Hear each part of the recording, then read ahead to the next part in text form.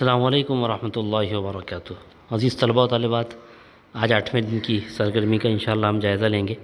آج آپ کو محاورے دیے گئے ہیں اور ان سے مختلف سرگرمیاں آپ کو حل کرنے کے لیے کہا گیا ہے۔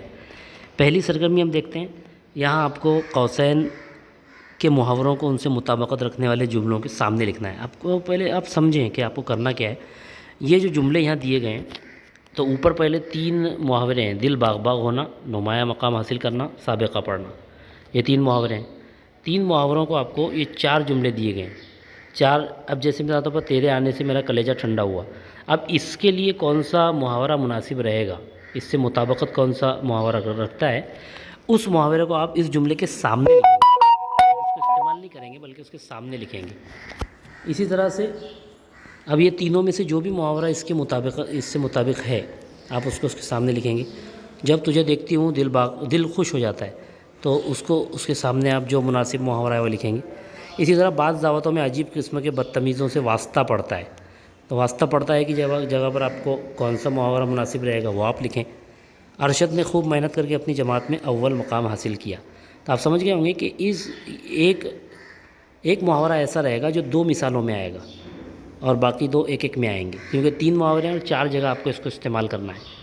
تو آپ جو بھی مطابقت رکھنے والا محاورہ ہے وہ اس جملے کے سامنے لکھیے، تو انشاءاللہ اس طرح آپ کی سرگرمی مکمل ہوگی۔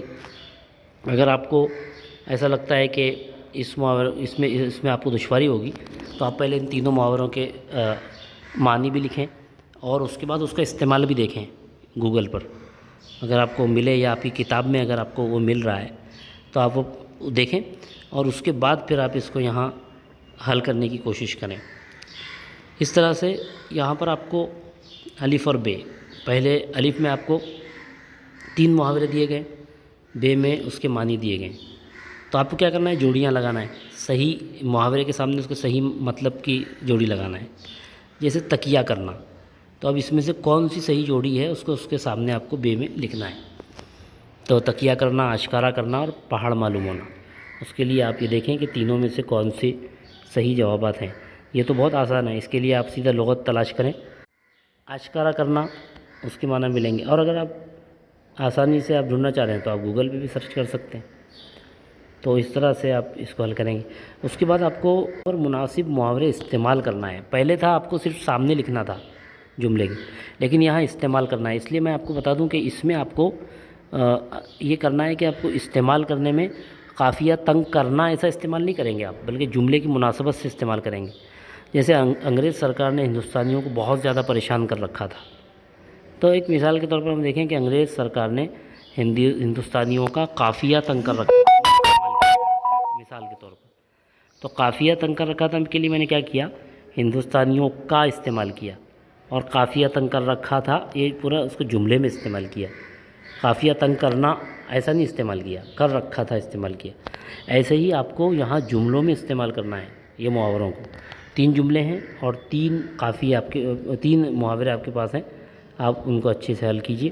اس کے بعد آپ کو مشق میں دیا گیا 2 محاورے دیے گئے ہیں، رنگ لانا اور 4 چاند لگانا، اس کو اپنے جملوں میں استعمال کرنا ہے۔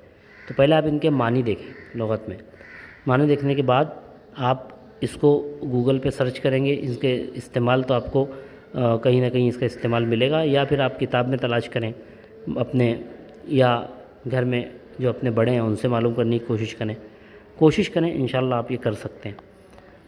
اور 8ویں اور 9ویں جماعت کی اردو کی درسی کتاب میں سے آپ کو 5 محاورے تلاش کرنا ہے۔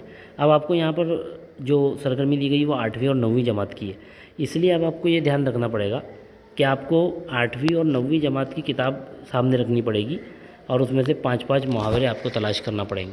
تو یہ ایک آسان شکل یہ ہے کہ آخر میں جو الفاظ معنی کے دیے ہوئے ہوتے ہیں سبق کے، آپ اس میں بھی تلاش کر سکتے ہیں، اس میں بھی وہاں لکھا ہوا ہوتا ہے محاورہ، وہ محاورے ہوتے ہیں، تو آپ وہاں سے بھی 5 محاورے لکھ سکتے ہیں۔ تو آپ انشاءاللہ امید ہے آج کی سرگرمی آپ آسانی سے حل کر سکیں گے۔ بہت بہت شکریہ۔ السلام علیکم ورحمۃ اللہ وبرکاتہ۔